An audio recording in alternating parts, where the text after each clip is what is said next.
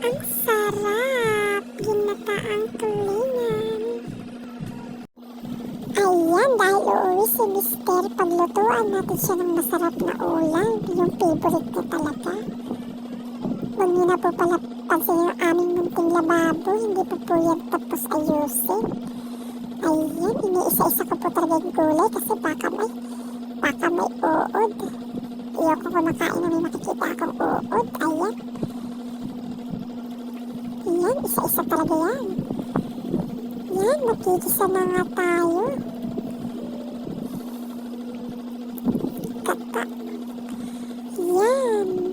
Pag ako nga po pala nagluluto ng tulingan, ginataan is ginigisa ko po. Pasbit ko po yung ginigisa. Diba yung iba po, pinapaksiw. Ako po ginigisa ko. Ayan. Ganyan po ako maginataan. Ang importante naman po, lahat ng akin ay kinakain ni Mister. I mean, ang lahat ng niluluto ko, kinakain ni Mister. Ayan. Yan ang bango. Yan. Kompleto na po yan. Pakukuloyin ko na lang. At ayan na nga, kumukulo na siya. Nakakagutom na.